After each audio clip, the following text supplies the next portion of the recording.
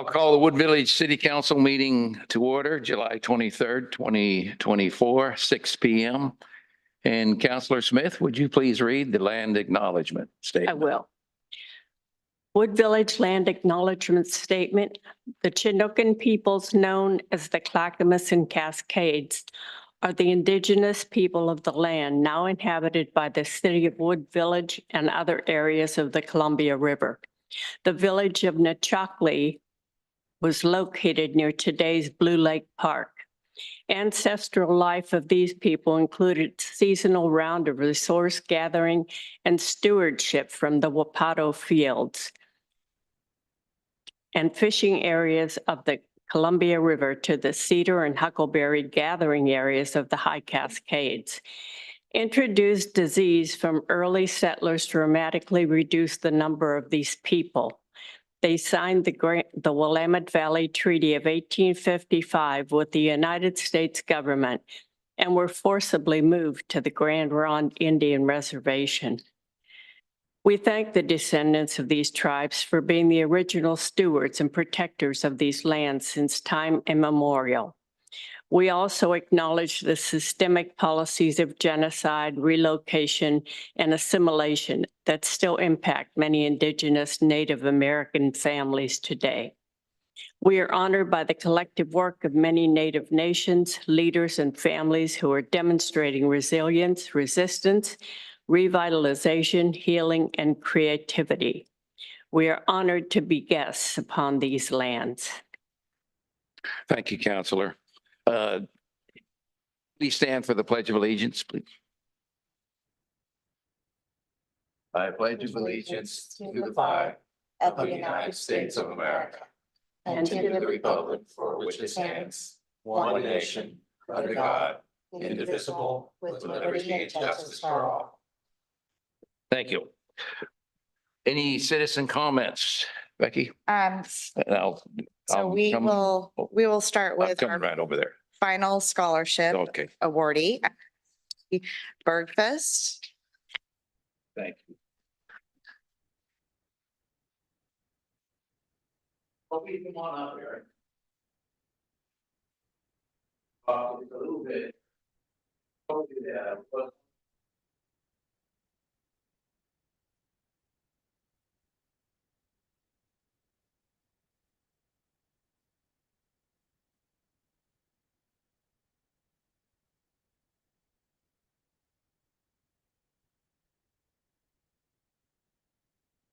Oh, nice.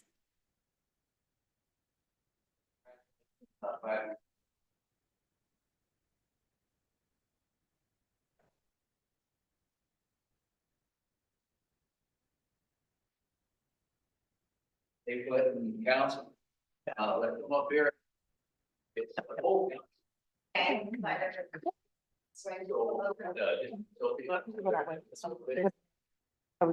Yeah, we go with Mayor. Yeah. Open the way.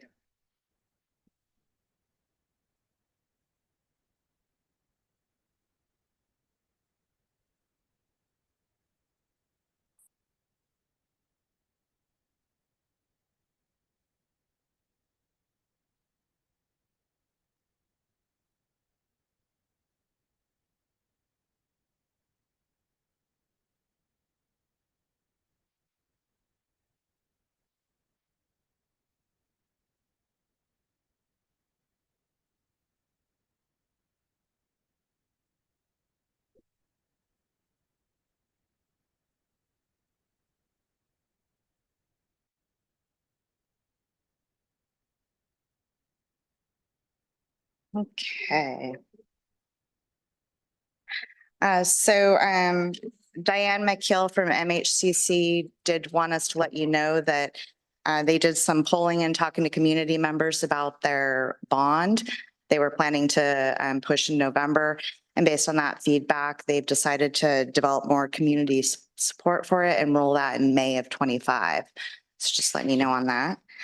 And then we have a request for a proclamation to designate the week of August 26th through the 30th as National Community Health Worker Awareness Week. And I will let them present. Microphones for you guys. Welcome, and you can come up to the front, or you could, if you would like, why don't you come up to the front? That'd be good.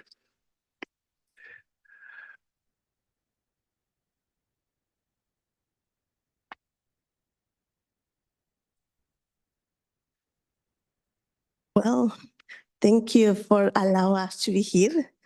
Gracias por permitirnos estar aquí.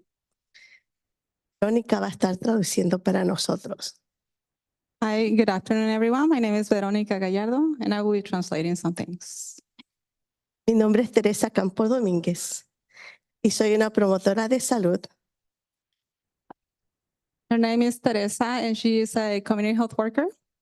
Soy la miembro de la Mesa Directiva Nacional de Promotores.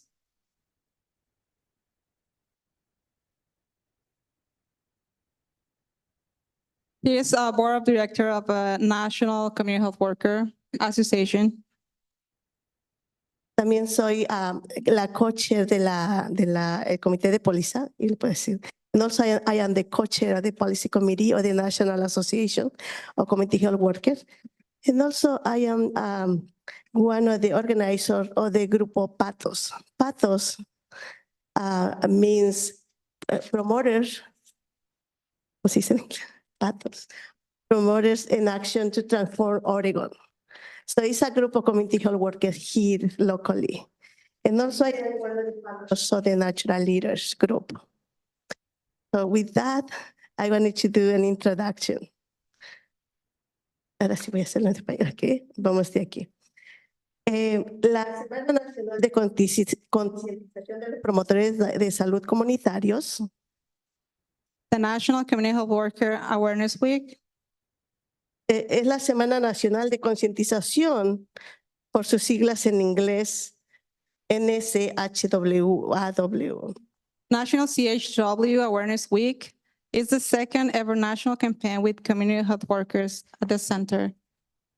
Y se ha desarrollado este evento para aumentar la conciencia sobre la identidad, los roles, el impacto de las comunidades de liderazgo de los promotores de salud y para promover políticas que respeten y se asocien auténticamente con la profesión de los promotores. The National Association of Community Health Workers developed this event to increase awareness of CH identity, roles, impact on communities and leadership, and to promote policies that respect, protect, and authentically partner with the CHW profession. A lo largo de la historia en todo el mundo, los promotores de salud comunitarios han utilizado una variedad de métodos para promover la conexión de salud y el bienestar dentro de los individuos, comunidades, sistemas y otros sectores. Durante más de 60 años, los promotores de salud comunitarios en Estados Unidos han abogado y se han organizado para articular su identidad profesional y su legado. Throughout history and around the world, community health workers have used a variety of methods to promote connection, health, and well-being within and across individuals, communities, systems, and sectors. For over 60 years, community health workers in the U.S. have advocated and organized to articulate their professional identity and legacy. Los promotores de salud comunitarios somos una fuerza laboral histórica y diversa que se remonta a cientos de años en los Estados Unidos y se refleja en la diversidad del país. Los promotores de salud comunitario hemos sido conocidos por muchos títulos, muchos nombres diferentes, incluyendo los representantes de salud comunitaria, líderes naturales, promotores de salud, tías, colegas, trabajadores comunitarios. Community health workers are a historic and diverse workforce that goes back years in the United States and reflects the diversity of the country. Community health workers have been known by many different titles, including community health representatives, natural leaders, promotores de salud, aunties, peers, and outreach workers.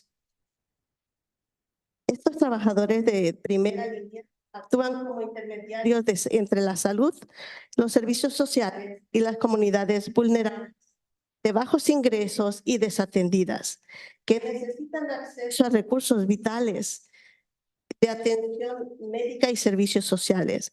Los promotores de salud comunitario utilizamos importantes habilidades culturales, lingüísticas, para servir mejor a estas comunidades de manera efectiva, culturalmente específica, a través de la educación para la salud, el manejo de enfermedades, el alcance a la abogacía. Los promotores de salud comunitarios se esfuerzan constantemente por mejorar la calidad de la salud y el bienestar de sus comunidades. These frontline workers act as intermediaries between health, social service, and the vulnerable, low-income, underserved communities that need access to vital healthcare and social services resources. CHWs utilize important cultural and linguistic skills to better serve these communities in effective, culturally specific way. Through health education, disease management, CHW constantly strives for the quality of health and well-being of their communities.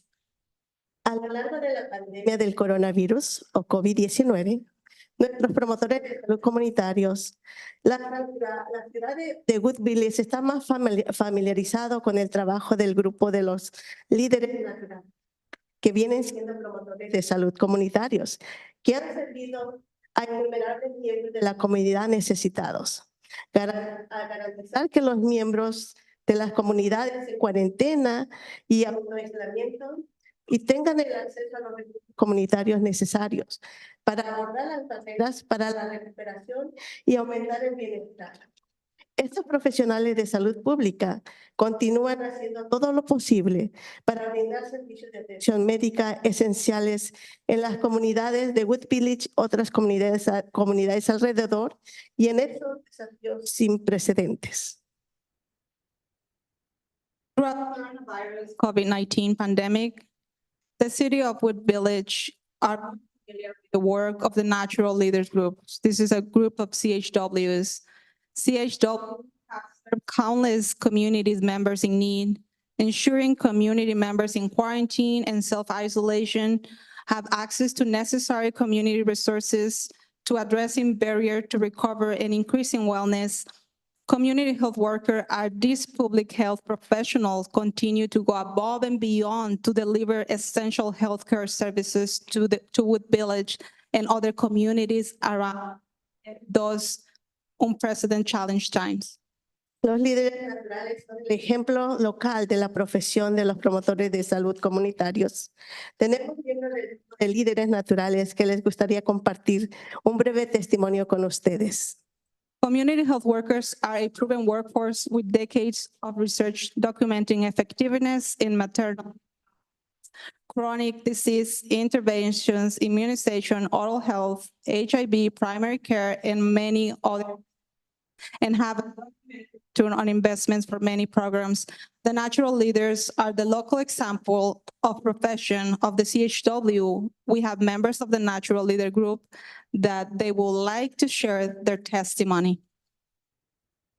If there is time. Thank you, yes. Okay. Yeah. Thank you. Hasta primero. And while we're waiting for our other speaker, I want to recognize Veronica Gallardo. And she was the interpreter for the introductory comments I made at the Wood Village Night Out on Friday, and she was a great partner up there. Buenas tardes, mi nombre es Reina Reyes y yo soy voluntaria de Líderes Naturales. El evento que tuvimos fue. Good afternoon, everyone. My name is Reina Reyes, and I'm a CHW natural leader. And then she will. All right, so she is going to be talking about the recent event, the Wood Village Green Trail Project. En colaboración del Condado de Monoma y la ciudad de Burr Village, líderes naturales identificaron exitosamente a más de 60 participantes que llenaron la forma de interés. No identificar a los candidatos. In partnership with Multnomah County and the city of Wood Village, Natural Leaders successfully identified more than 60 participants who filled out the interest form. Identity candidates, El número 2, solicitud de confirmada. request for conformity form of interest, El número 3, formularios enviarlos por correo electrónicos. email forms, Asegurarse de que los participantes estén contentos. home visit after completion, and make sure participants are happy.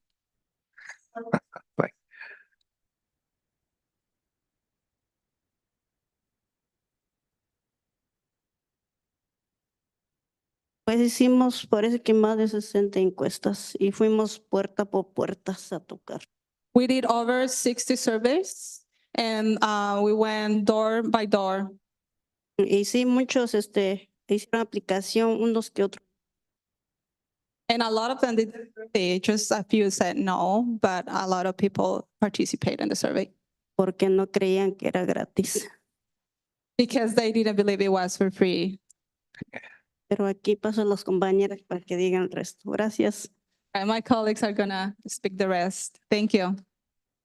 Thank you.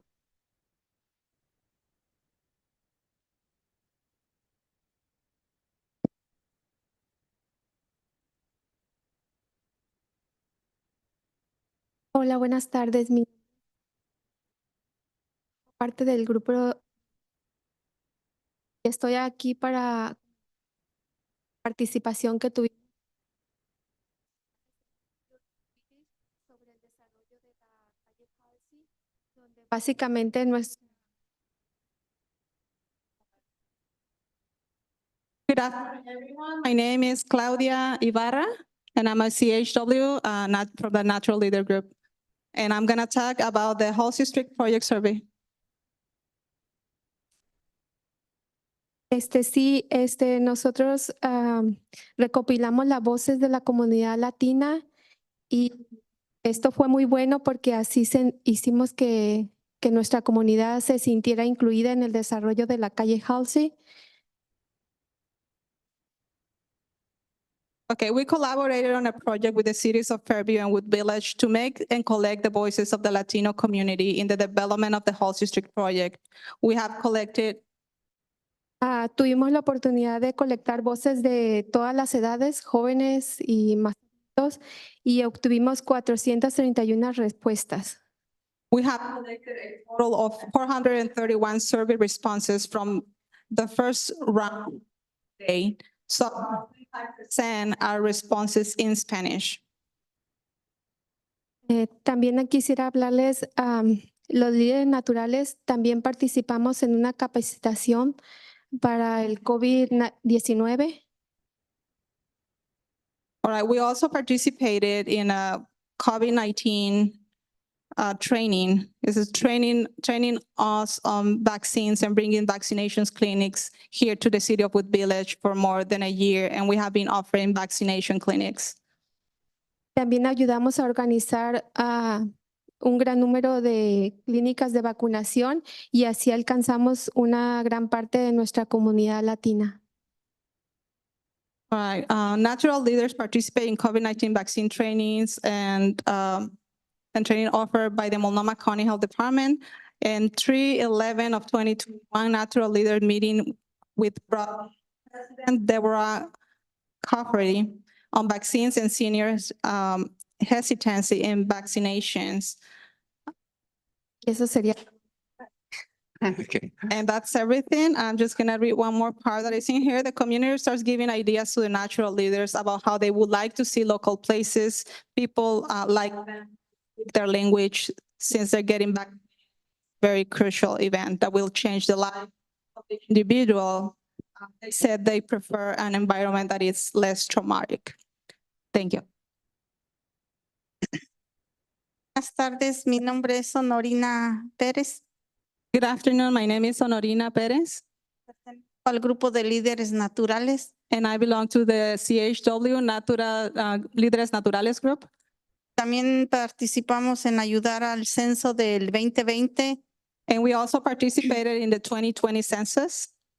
Centro de Acceso Móvil del Census Mobile Access Center. Al alcance de los líderes naturales a la comunidad latina. Not to the Latino community. Principalmente en Fairview y Wheat Village. And Wood Village. Pero se extendió a Troudel, Gresham y Portland. But extended to Troudel, Gresham and Portland. Para ayudar con la autorrespuesta para el censo, el grupo ayudó a aumentar la tasa. To assist with self-response for the census, the group helped the de autorrespuesta en la ciudad de Fairview y Wheat Village. In the city of Fairview and Wheat Village. Y estuvimos tocando puertas para que se censara a las personas. Fairview self-response rate is 70. I'm reading this part. She said that they were knocking on doors so people can get the survey. So Fairview final self-response rate is 70.2% up to 3.1% from 2010. Wood Village final self-response rate is 70.6% up to 11.6% from 2010. Thank you. También estuvimos participando en el desfile del mes de la Hispanidad en carros alegóricos en asociación con la ciudad de Fairview. We also participated in the Hispanic Heritage Month Parade in allegorical floats in partnership with the cities of Fairview and Wood Village and Multnomah County. Y organizamos el desfile de autos para celebrar el mes de la Hispanidad el 15 de septiembre. El evento se pospuso para octubre debido a los incendios forestales. We hosted the Hispanic Heritage Month, September 15th. The event was postponed to October due to the what? But these events were very important in maintaining mental health and community unity. Thank you. Gracias. Gracias. Como ustedes han escuchado, por toda esta labor que se hace de parte de salud, As you've been listening, all this work that it's done by the community health workers, es por eso que estamos solicitando el apoyo de ustedes para esta proclamación. is that we are soliciting your support for this proclamation. La semana del 26 al 30 de agosto queremos celebrar a nivel nacional y sobre todo local la Semana Internacional de los Promotores de Salud Comunitarios. The week of August 26th to the 30th, we want to be celebrating the awareness week for the community health workers. Thank you. Thank you so much. Muchas gracias. Muchas gracias. Any comments from council? What I would just like to summarize is our natural helpers are a key part of our community. We recognize them as our Citizen of the Year several years ago. But this group of dedicated community members serve this community as well as Fairview in so many different ways. What we heard tonight, and I appreciate the interpretation, being on the other side of it is certainly something to, it's a little different. All right, we interpret our English into Spanish in many of our events, but being on the other side of this tells me I got to talk slower when I have an interpreter. But I'm going to enter this resolution into the record. Mayor, I'd just Yeah. like to share a few Go ahead. words. And so just the events that this group just shared, it is a small piece of what they've really done. I think since I've been on council, this group has really help the city create a bridge with our community, and understanding that the city of Wood Village is 41% Hispanic Latinx, I think is huge. And I do believe without their support, as they shared with the census alone, increased 17% of self-response. That's huge. That I think that really helped the state increase the funds that we were given federally. Looking at the Main Streets on Halsey project, 25% of surveys done in Spanish, again, is not as reflective of those residents there, but I think it's an increase of what we typically would have done. So yeah, I just want to highlight those small things because, again, it is big for our community. Those people that support nursing and doctors and housekeeping and things like that are so underpaid. And I've worked at St. Vincent's Hospital for many years, and I see this going on even in taking care of hospice care and things like that, and having many friends that come over from other countries, and this is where they start out. And I know that quite frankly, they get ripped off in the number of hours that they work, and it's just an entry level position, and yet it's the number of hours that they put in are just, they're not compensated properly. And so I'm really, really pleased that this National Community Healthcare Awareness Week is something that you all are working at and making it aware. And I'm glad that our city is definitely on board with this. And I just think this is absolutely awesome. And so I'm just so pleased. I just want to clarify. So it's health worker, but it's more than just the health care Yes. field. So it's all over. So they help with school navigation, justice navigation, just all sorts of aid along that a community member would probably need. So it's just more than a healthcare Yeah. profession, but I that get is a what you're huge saying. piece Yeah, to it. but absolutely perfect. I love it. Thank you so much for coming tonight. Any other counselors? Well, I'm moving to City of Wood Village declares the August 26th through the 30th as a National Community Health Worker Awareness Week. And we will enter the resolution into our records. So thank you once again for presenting it. And you did a much better job presenting that than if I were to read this word for word. I think we got more out of what you just presented. So thank you again for being here. Thank you. Thank you.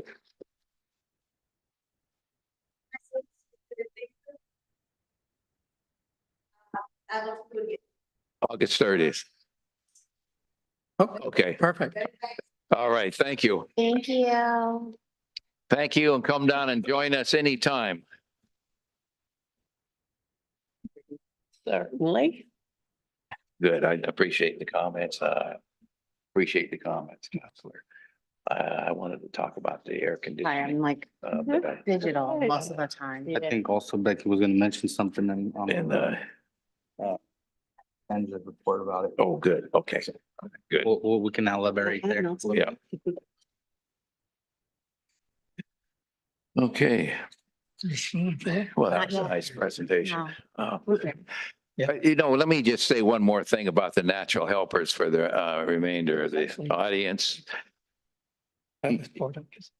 You'll remember another important piece of the work the natural helpers do is that you saw the members of natural helpers here. And one of their missions is to also help grow people and give their members opportunities to do these kinds of presentations, to get involved in leading activities throughout our communities. And so what you just saw were just a portion of the individuals that are stepping out with some courage to make these kinds of public presentations. So there's a lot going on with our natural helpers in this community. Oh, let's see here. All right, we have a consent agenda. Before I ask for a motion on the consent agenda, maybe we can have just a couple of comments. Becky, on our 26th annual Wood Village Night Out debrief. Do you want me to comment or are you guys going to comment? Well, I just said if you had anything, otherwise I know there are several of us have a couple of comments to make. Yeah, the only thing of note, which as you know, as we did different this year, was move the vendors to the grass area. And the feedback that was received from a lot of them was positive side. So recommendation going forward is to keep with that game plan and have the vendors on the grass and the rest of the equipment on the pavement for the demonstration piece. Well, I would second that recommendation. I know Pat and Hiro and I were there, and there was a world of difference in the heat. And I know that both Councillor Clark and Councillor Tan have been there. But with that on the grass, that whole pavement area opened up, and there was much more room to move around. So it's a great modification. Other comments, sir? The only thing I will mention is that the event did seem more spread out also, so it didn't seem like everyone was just bunched up in one specific location. So I think that the layout worked out really well to be able to utilize that space better at the church. And again, I think being on the grass, you did not feel the heat as much as when we were previously on the pavements. I think that was a good move. And probably the highest number of vendors we've had. Nice. And the number of people estimated 1,500 to 1,800, but it didn't seem that crowded. No. So nicely done. Caroline's not with us tonight, but She's on. I think she's, Caroline, are you with us? Know that she has audio. I think she probably is running the minutes. Yeah. Okay. Is there a motion to approve the consent agenda? Move to approve consent agenda. I second. It's been moved in second. All those in favor? Aye. Aye. Resolution 20-2024. Seth, Becky, you're presenting? Thank you. Okay, Becky is Greg tonight. Seth will be the other half of Greg. okay, all right, well. You give it the first half? She's. The better half. What do you say? This is for what? This is for the contract award. This is resolution 2024, contract award for the fire study. And we've seen this before, but go ahead, Becky. I'll let you do the work here. 1 second.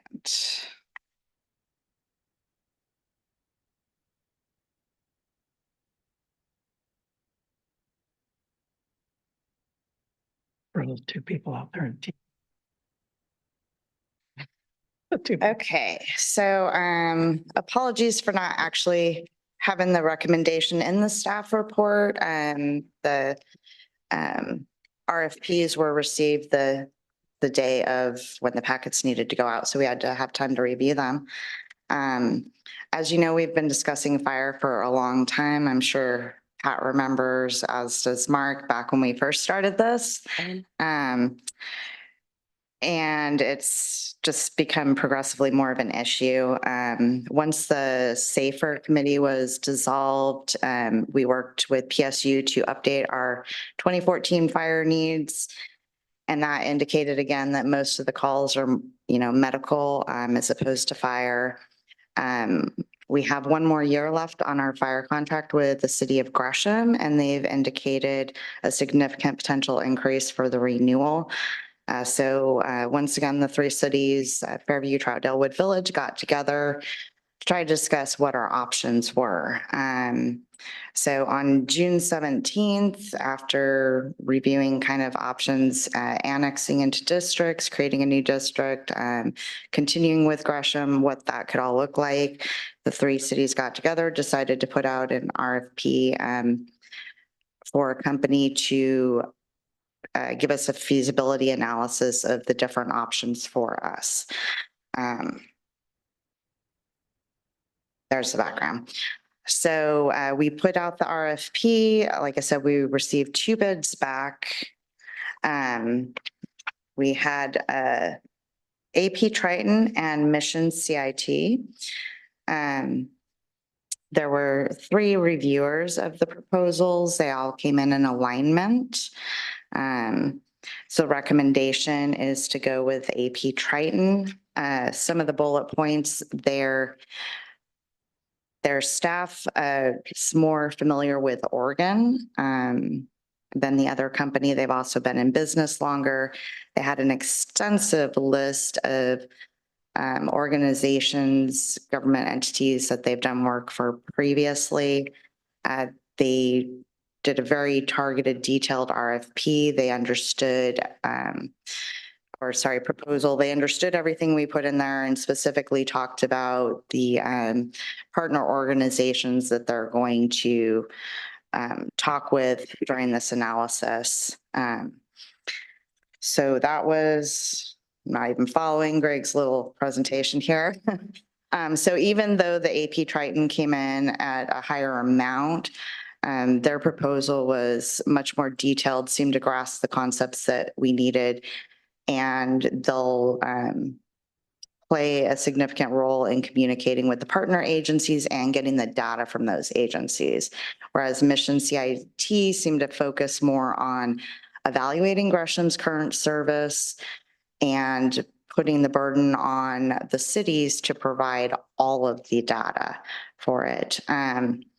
We are actually proposing to award the resolution to AP Triton with a not to exceed amount of $120,000. The reason being in the contract, they have the base amount for the work they're going to do, but if they need access to additional databases, those can be some additional charges. The 3 cities had agreed to that ballpark of $120,000. So we thought we'd just go ahead and award it at that in case something comes up so we don't have to come back to council. Thank you, Becky. I'm going to add just a little bit to this, just to, we've been in this study, as we've mentioned, a good 1.5 years this time around. This has happened before when the city of Wood Village was, as we contract services from the city of Gresham. We have to renew that, and the renewal is July of 2025. So we started this study, and where we're at now, and the council will remember this, we spent a whole retreat on this topic.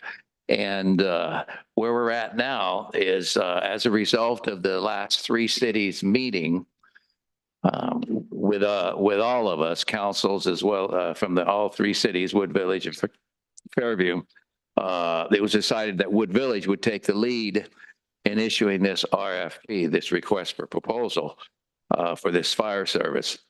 I happen to be one of the readers on the evaluations.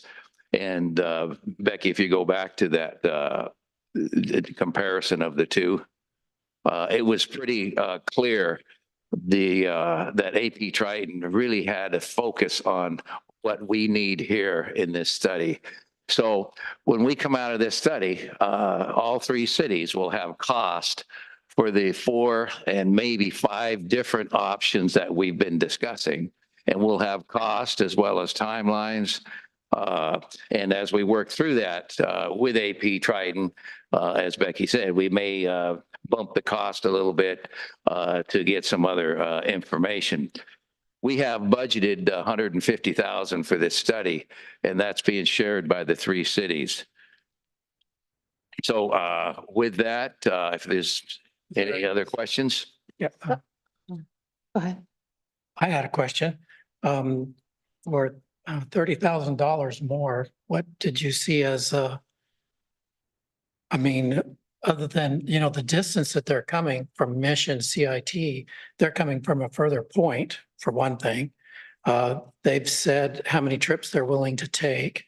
And AP Triton doesn't even talk about how many trips they're willing to take from Montana So I was curious about how that relationship fit into that, into their proposals.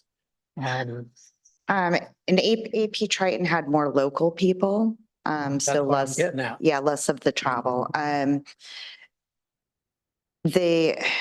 think one of the drivers of the differences in the cost, like I said, Mission CIT had a lengthy, extremely lengthy list of data that we would actually have to gather and provide to them. And I picked that up too. So I feel like that's probably one of the big drivers in the costing difference. Okay. Um, And I'll reinforce that. When I saw what they were Asking. requesting, yes. requesting from staff, I just don't know where we would, how much time and money we would spend trying to find that data. A lot more. So this is a significant difference. Another advantage of the AP Triton is they already have connections with some of the partner agencies that we need to Yeah, get with- data from. With Portland State University and And I think Gresham Fire, one of Gresham Fire. the work for Gresham Fire. The other big difference in their staff.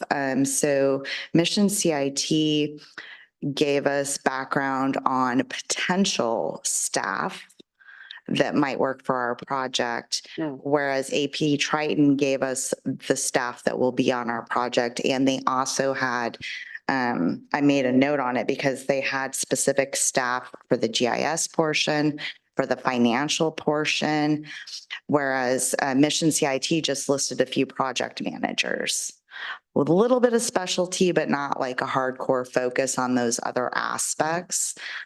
So I think AP Triton is throwing a lot more staff and knowledge, okay. and it shows up in their proposal price. I just see that in particular, talking with some of the people with Troutdale, Mhm. that, they would certainly want us to go with the $62,000 Volkswagen. That's why we're running this program. Right, I get that, but when, I'm just thinking out loud here for Yes. their purposes. And I honestly, Triton, unbelievable number of cities and counties and. And fire departments. Experience, my Yes. gosh, I couldn't And believe you, the places. so as a government entity, we always try to be frugal with our money, but you also get what you pay for. Yeah, exactly. And we don't have time to pay for something and not get what we need out of it. Yeah, I think we also got to look at what we put out as what we are looking for. What were we looking for? And AP Triton basically is saying, we will give you what you are looking for. Plus, Yes. 6 individuals focus on this project and will be delivered in a shorter amount of time. Again, I think it's good to invest into something the magnitude of what this could mean for the whole region out here. Yes. So I think spending the money up front first, then having to backfill later on and maybe have to do this again and wait, plus pay the contract with Gresham. I think that's kind of how we have to more or less look at it. Yeah. Time is of the essence, 5 to 6 months. It is a month shorter, but I think again, we are going to get what we are asking for with the. And Mission CIT was very focused on, it was almost like we'd be paying for Gresham to benefit from an analysis of their system and where improvements could be made, which is not quite the goal of this. The goal is to evaluate all the potential options and make recommendations for how we get there and what they think will work best and the finances behind it. well, so many times we are sticklers at choosing not always the best, but the cheapest.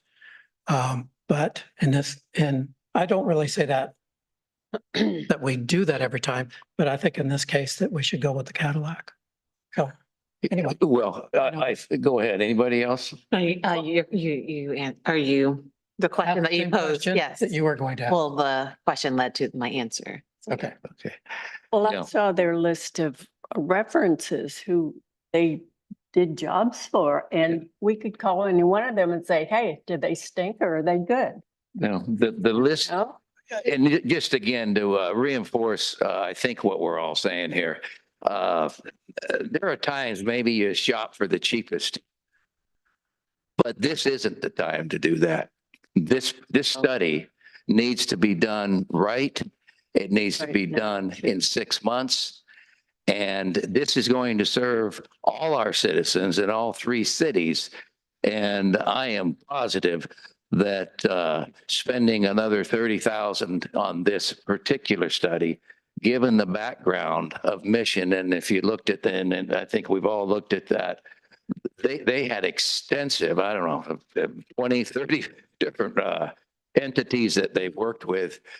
So I think we're wise and it's prudent to spend these tax dollars in a way that's going to get us the information we need to make the best decisions that's going to be with us for, could be in the next 10 years. So any other comments? Are we satisfied with what we've seen here with this RFP? My last comment is also we can use this, the information we will get from them as a leverage to then show others that are on the fence of maybe potentially joining the district, or, you know, again, have questions that say, here are factual results. And, you know, again, the whole goal of this was because we are unsatisfied with the service we are currently getting provided by the agency that is providing our service. So we want a better model for our residents. And I think, again, this will probably give us an option to do so. And I just want to say, we're satisfied, but we know there needs to be a different model that will serve our community, and not just this community, but the entire East County. So let's see. That's it. Any other questions? Do I have a motion? Oh, I can do it. I move to approve resolution 20-2024, awarding the fire feasibility and analysis study to AP Triton with an amount not to exceed 120,000. I'll second it. It's been moved and seconded. All those in favor? Aye. Aye.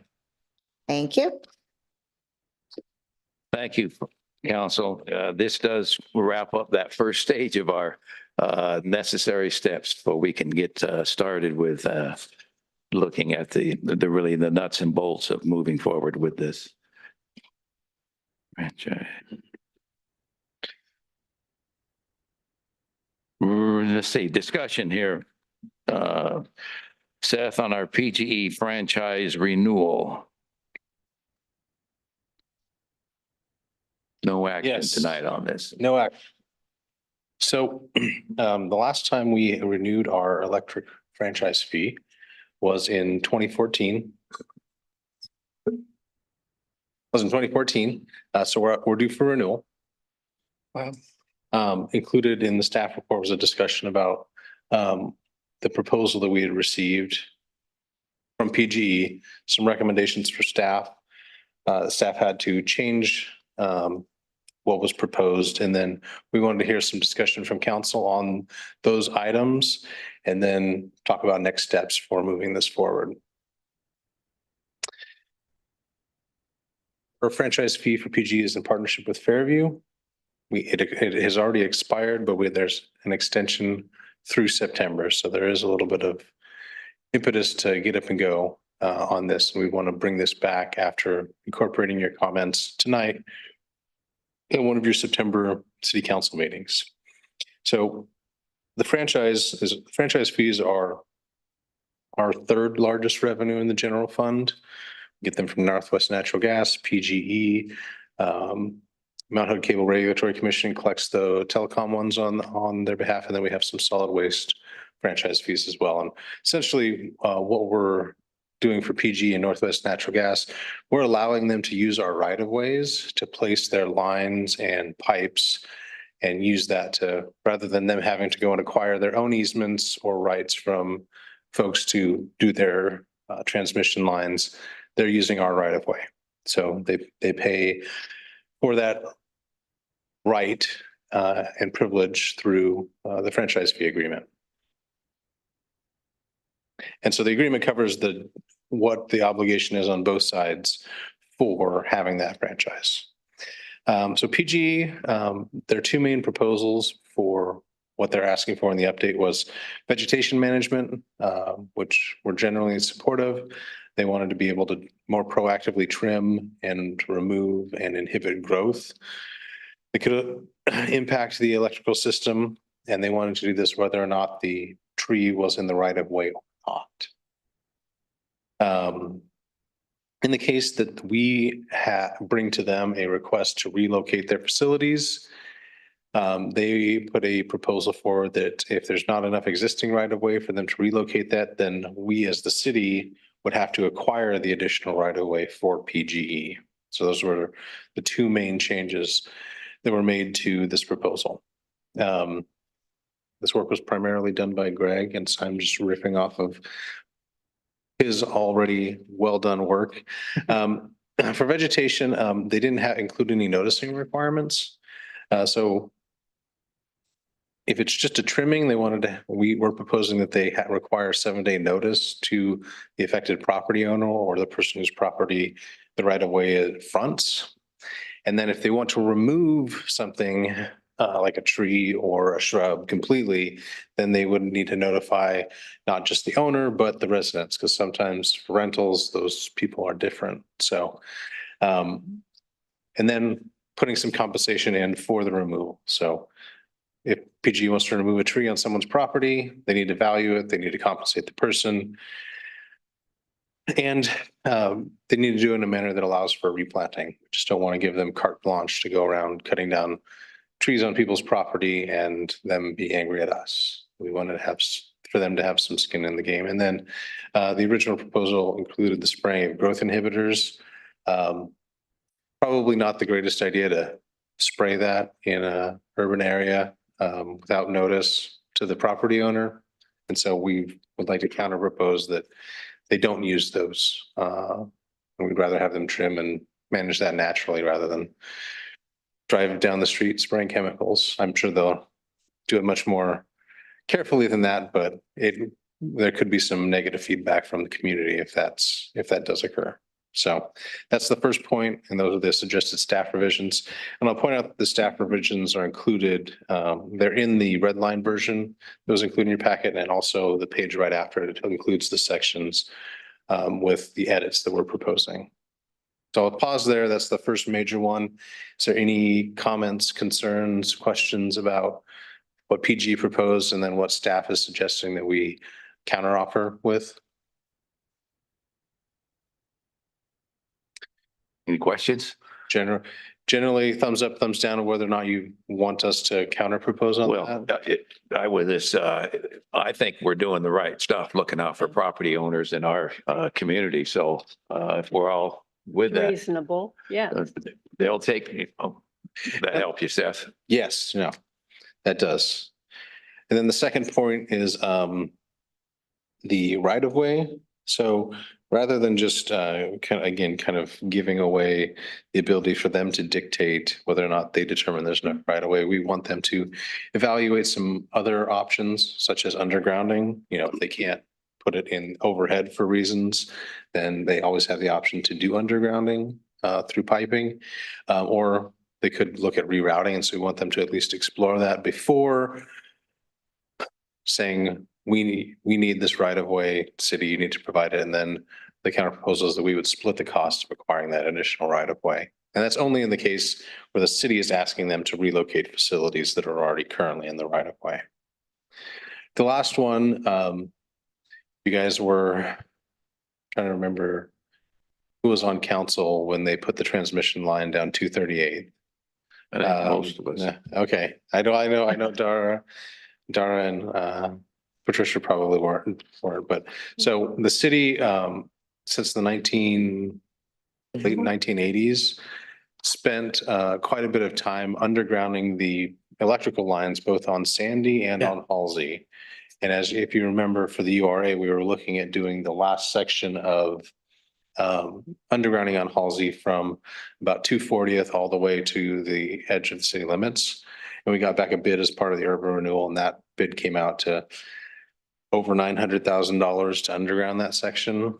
So PG, as part of their franchise, I think would have been 4 years ago, during the byway construction, decided to put the transmission line that runs along 238th, which was unfortunate because it had been a long time program to try and underground that to improve that, both Sandy and Halsey.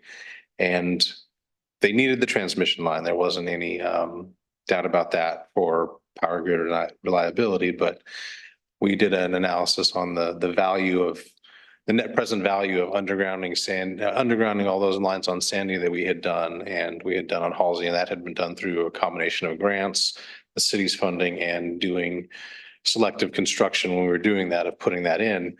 And it was over $1.5 million at the time, and they kind of ran a really, really large power line right down the middle of it. So we had entered into some negotiations with them to try and have some sort of compensation or consideration for the fact that we had been running this at a longstanding program that was trying to underground the lines, and they went ahead and put a big transmission line right through both of the things that we'd been working on for 30 years. It didn't end up going anywhere. We didn't actually end up getting any consideration or compensation from them. So fortunately, Greg and I were both around this happened, and we heard from council that there was talk about going and chaining oneself to the poles and preventing this. And fortunately, that's not the approach that was taken. But now that the franchise is up, we think it would be prudent to include a clause in there that if they need to do that again as part of their franchise, that there is some compensation or remittance included as part of their franchise. We feel like that's a fair way of looking at that, and would avoid the possibility of elected officials chaining themselves to electrical bills in the future.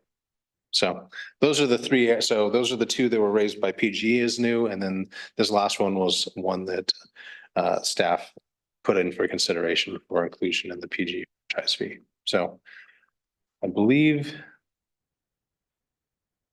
that's it for what I'm presenting.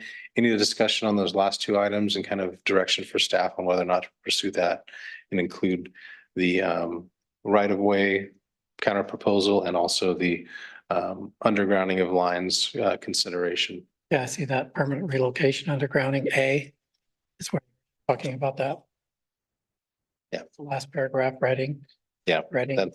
Yes, those were that's I think the exact language. Now the blue, is that to be removed? So I believe anything that's crossed out, so you're looking at the permanent relocation required by city. Okay, blue is new. Yeah, and then the red Oh. one's been removed. Or the blue's updated. Yes. Yeah. So just the underline, I believe, is what's added, and then that we've struck it are we would propose removing. So under the growth inhibitor, you can see where we added language. Okay, red underline is what then? Yeah. Is what? Sorry, say that What again. is red underline then? My version is. Well, my black and white. version is, I don't see color. red. But Oh, yeah. what we have, at least 7 days notice, I think on what we have in the packet is the underline is what we are asking for. So this sheet, which is right after the longer sheet, so this, I think the first part of your packet, which has the entire franchise fee, is the language that PGE, is the red line version that PGE sent over. And then A right here. So red is what we're asking for. Yeah. Oh, okay. Okay, so. Red underline here. Yeah. If it's under. So there's three excerpts that we just covered, Underlined up here. So that- included at the end of that Okay.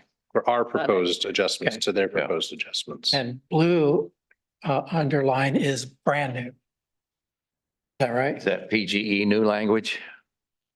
Because I don't have I'm just looking at ours. I'm looking at the black Hard and white copy. one. I didn't print it out in color, so Yeah, I didn't. Yeah, here, let me see, because I don't have that. Don't see any blue. Yeah, so he's got blue on his. let me go ahead and pull it up in the agenda. See what packet. color go on. So there's, Sorry. So anything blue or red that's underlined is new to the document. Anything crossed out will be removed from the document. Yeah. I don't know why there's two colors. It may be that PGE or Greg did it from two different machines. Sometimes that happens. But yeah, anything that's in color is an add. Anything crossed out is a delete. Yeah. So these are the sections. So we added this 7-day, 60-day notice. And then we struck this out. So there's additional language in here about the notice and notification and the strike. Yes. So the strikeout is things that we asked them to that they added and then we asked them to remove. So they added the growth inhibitor treatment. We struck that. No. So this sheet here, which is at the end, is their edits and our edits combined.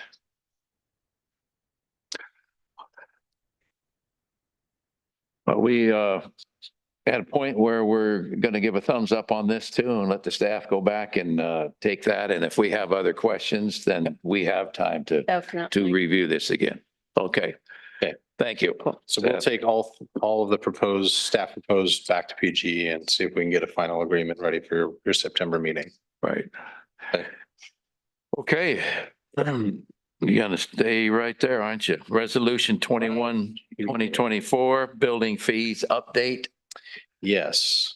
Let me just share my screen, the next presentation. Sorry, this was a late edition PowerPoint.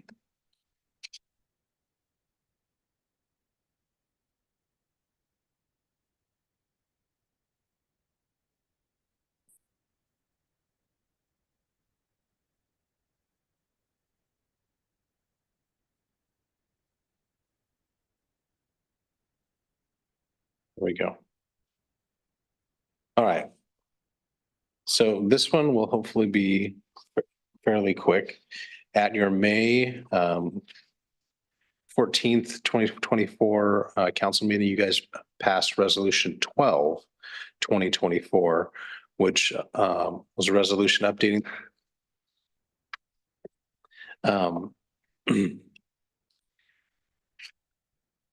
a lot of this is going to be stuff that you've seen before, but so I'll go through it fairly quickly. The last time we updated these was in 2022. Gresham passed a 4-year rate increase schedule with BCD. We didn't capture the July 1st, so we're trying to catch up to their rates on July 1st, 2024.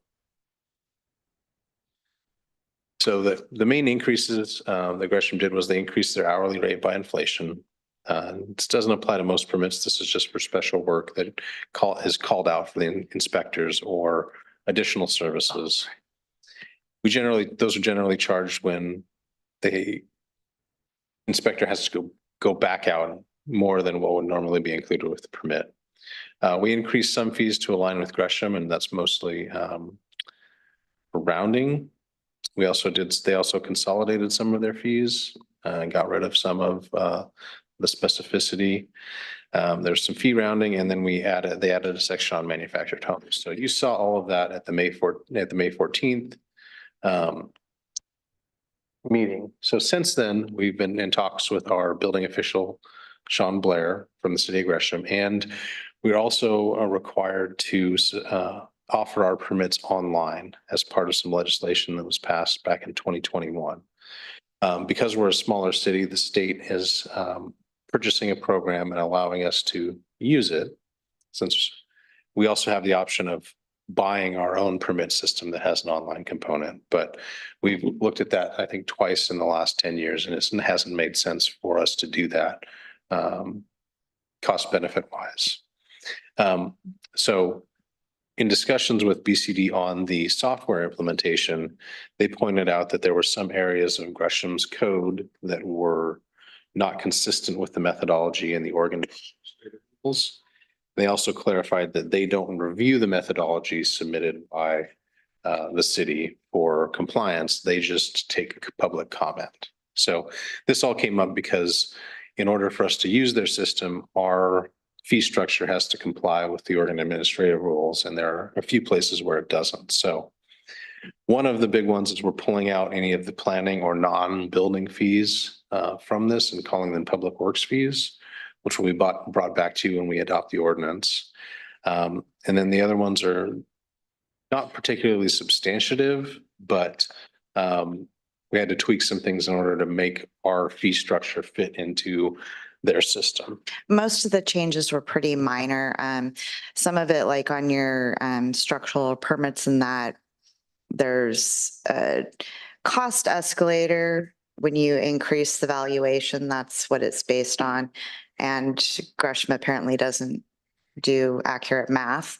So that's why some of the numbers changed. And then just a few other minor adjustments. They're very specific, like Seth mentioned, we pulled out the planning and public works related fees because they are not managed by the building, by BCD. So they don't want to see them in our resolution and ordinance adopting those. And so I think the only real big difference was we had a different fee structure for fire system permits as opposed to building permits. And that apparently is all supposed to be on the same fee scale. So that one of the biggest changes. Adding the manufactured home parks was something that Gresham was doing anyways. And so we got updated information for that. And like I said, most of it was pretty minor adjustments. So we're having to bring you back the resolution because they didn't like our first resolution because it wouldn't have fit within the system we're trying to implement in the fall. So what you have before you now is resolution 21/2024, which we believe is in compliance with the way that the state wants us to structure it, and also updates it for all the hourly changes and fee changes that Gresham had made up to this point. So that's kind of why this is coming back. We're going to go through the same timeline process where we pass the resolution. Sean from the city of Gresham will submit it to BCD. BCD will open a 45-day window in which we also adopt an ordinance. And then it'll be, rather than being effective in May, we were planning on these fees being effective August 1st. We've updated that timeline to be October 1st of this year. So that's really what this is about. So. Any questions? No, sir. Okay, thank you. Do we have a motion? I move to approve resolution 21/2024, a resolution updating the master fee schedule, including adjusting building fees as amended. A second? A second. Then moved and seconded. All those in favor? Aye.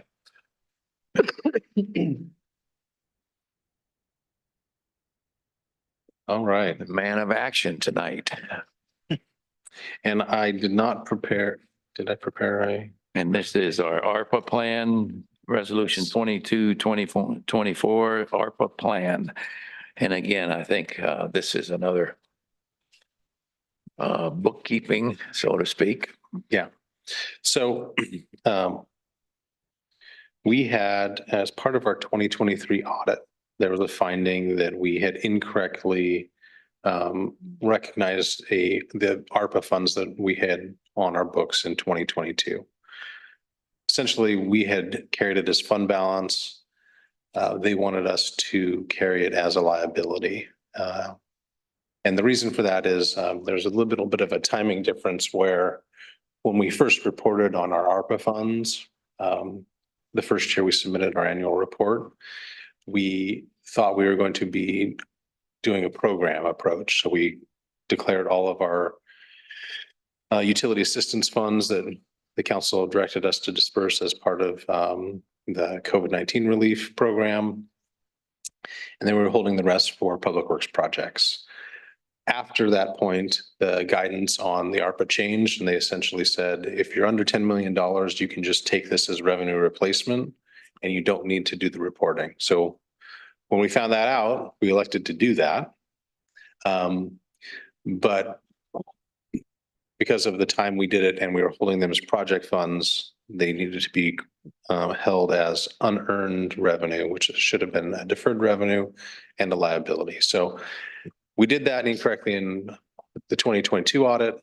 The auditors caught it in 2023. We made the changes. The last part of that is when there is a finding like that, we have to adopt a plan of action that then we submit to the Secretary of State's office. In this case, we already have corrected the error, both in terms of how we've reflected it in our books in 2023, and also we've declared it as revenue replacement. So the liability has actually gone away now because we've essentially converted it to fund balance through our ARPA reporting. So all that to say, this was an issue that came up. It was dealt with. We've resolved it. The last piece is submitting this plan of action to the Secretary of State to let them know that we understand we should have done this differently and we'll do better next time. All I know is that the ARPA stuff that we've been working with and other agencies have been working with, there's been a lot of changes when the money went out and how we're going to account for it, not only in cities, but certainly in school districts too. Been having a heck of a time with the changes. So with that, there's a resolution included in your packet, resolution 2022-2024 that council would need to adopt so that we can submit that to the Secretary of State. We are compliant now. We will be once we submit that. But that, okay. Is there a motion? I move to approve resolution 22-2024, a resolution adopting a plan of action to submit to the Oregon Secretary of State. Seconded. It's been moved and seconded. All those in favor? Aye. Aye. Thank you, Seth. I will just point out, when I started the Seth show, we were 17 minutes behind and now we are fully caught up. Way to go. The number man watches it more than just for dollars. He watches the clock. Good. Thank you. All right. Erica showed up. Director of Public Works report. Good evening, Erica. How are you, Mayor and I think counselors? we're all doing pretty good here. Good.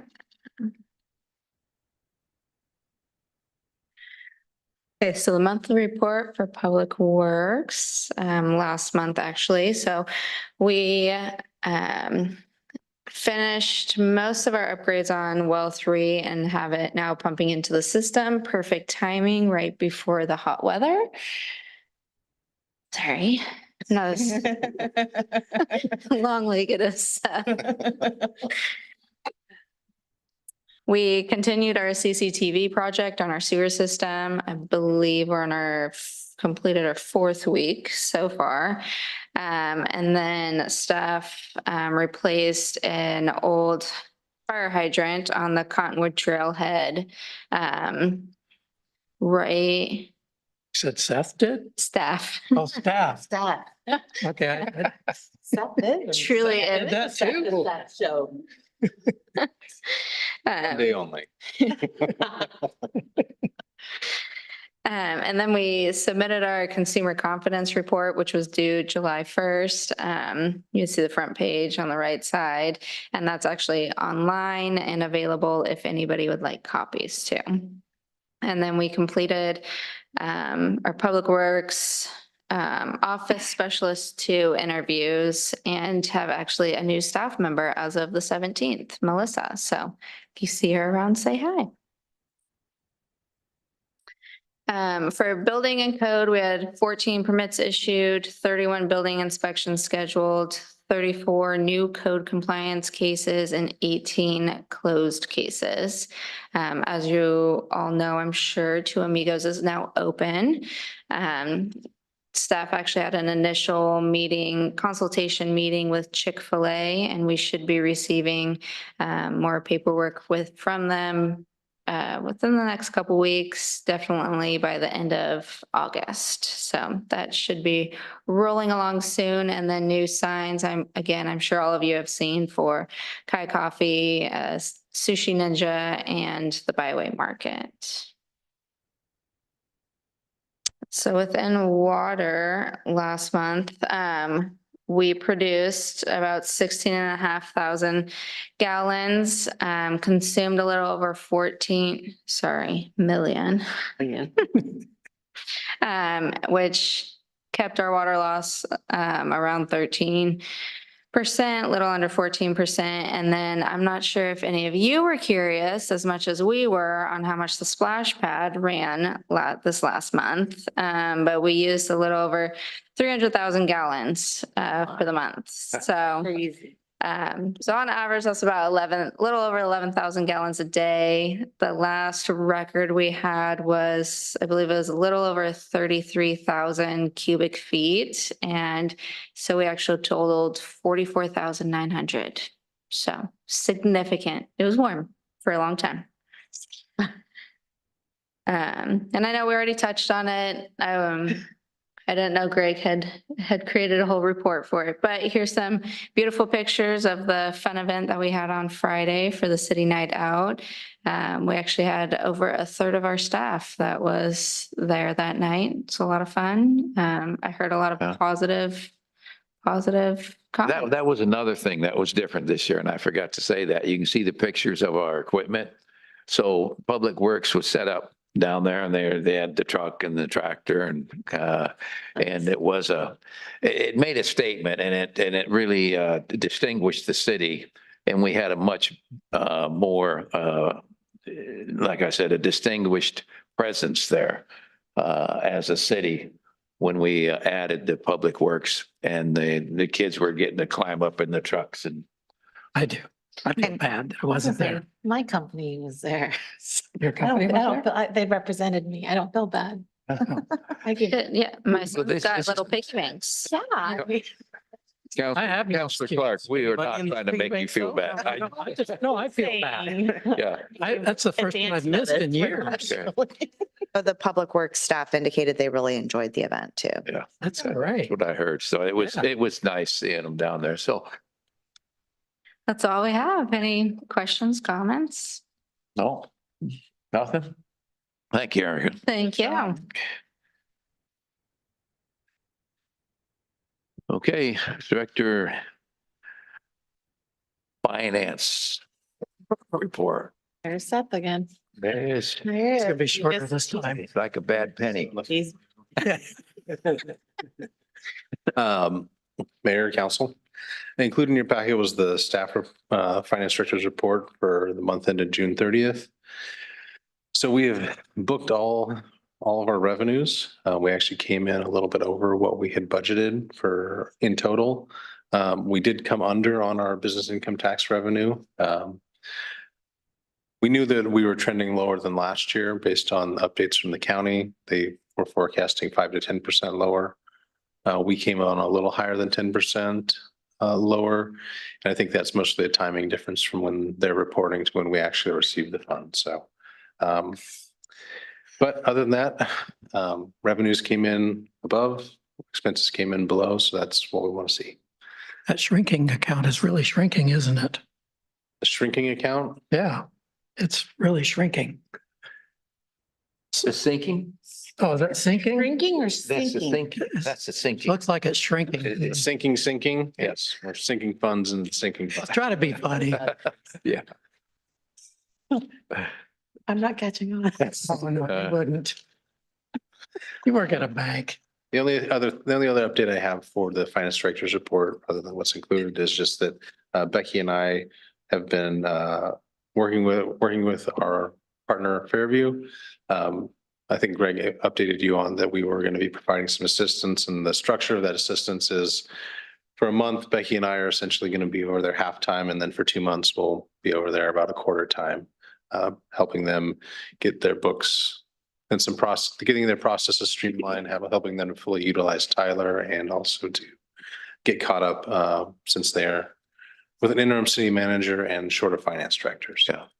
Well, we appreciate that. And I know that you're doing that on a separate contract when you're working for them. So, But you're not allowed to stay there. Mm.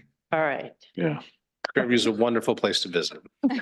You wouldn't want to. Show here that has viewers, They won't give you a show. over there. No, no, Yeah. 2 viewers on YouTube. I don't think, Yeah, yeah.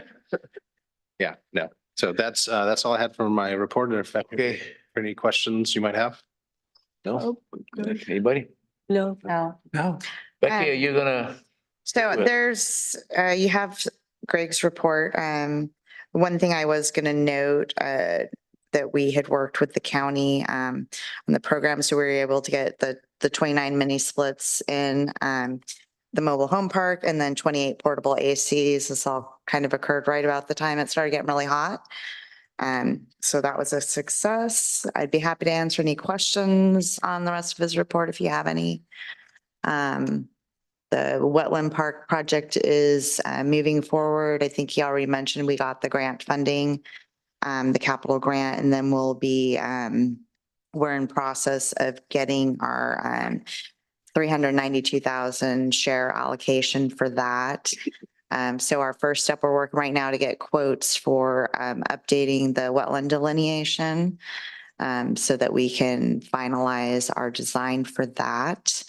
The CDBG project is moving along right now. We just received 3 quotes on getting an updated archaeological study that CDBG is requiring.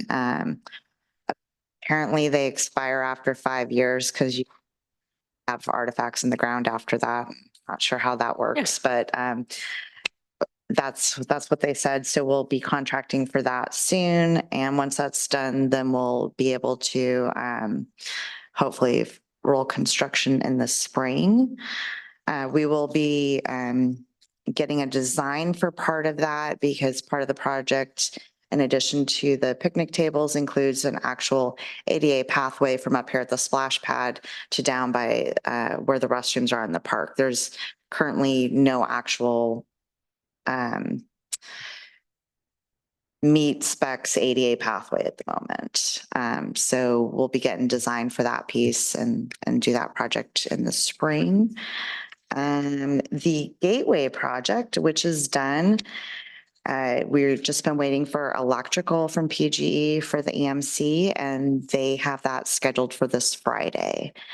So hopefully we'll all be able to get to see what that looks like. I'm sure you guys have seen the one, the south sign, which Looks great. Yeah. is Yeah. gorgeous. Yeah. Yeah. Mark, Happy with it. Mark, have you? Yeah, I've seen Yeah, it. okay. Yeah. Does that come in color too?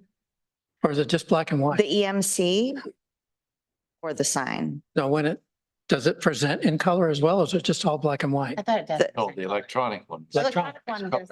Oh, okay. Electronic one, yes, does have color. Yeah. Okay. And we're, Caroline's already got some designs worked up. Just waiting for the power. Got it. Okay. Looks. We're super excited. I know the utility crew is working hard on the medians right now. Our Yeah, I saw that too. sewer flow monitoring is continuing. Again, that's supposed to run till September, October. We'll do more of an analysis there. I think that's about it for project updates. So just kind of maybe a little bit of a reminder, since you guys don't meet again till September, we are working on that, adjusting our utility rate fee structure. And so we're planning an open house for September 17th with the community to kind of go over what that looks like and what the impacts are. So just wanted to throw that out there again. That'll be interesting to see, Becky, as you move through that, who we get and the Right. questions that they have. But as we've talked, it's an engagement that can help people understand why those rates are being Yep. adjusted. What time will that be? Because I don't want to miss that, like 9 o'clock in the morning. You will be impacted, by the way. No, that'll be in the evening, like a 6 PM. Pacific Standard Time. Yeah. What time again? Was that like 6? 6. Yeah, we will advertise it. Okay. It actually was in the last newsletter, so I'm pretty sure it's 6 PM. 6. Okay. But yeah, we'll start working on blasting that a little bit more on social media. Thank you. Our city attorney, anything you want to report? No? I have nothing, Mr. Mayor. Okay, thank you. Mayor and council comments, open it up. I just want to touch a little more on what Becky shared of the mini split units and the mobile AC units that were handed out to residents in the Wood Village Green Mobile Home Park. So that again was a project done through the county, the city, and the natural leaders. And so right when the heat wave hit in early July, there was a plan of action to identify in-need community members of mini split units that provided AC during the summer and heating during the winter. So this was something planned in June, but took place in July. And with that program, we were able to get close to, I think, 30 homes, 30 mobile home parks with those mini splits, a few wood burning stoves removed from there, and then 28 portable AC units given to community members that did not have AC units. And so the idea with that was a pilot project to demonstrate to the county just the need of a 40 Justice neighborhood that the city is, of more needed resources of those to our community. So our hope again is to highlight the need and then kind of hopefully the county would provide us more funds, but not only to that park, but to other areas of our community, and then eventually move to other of our local partners and cities out in East County. So. I'm going to add just to give you a little, this is a human interest tag along here.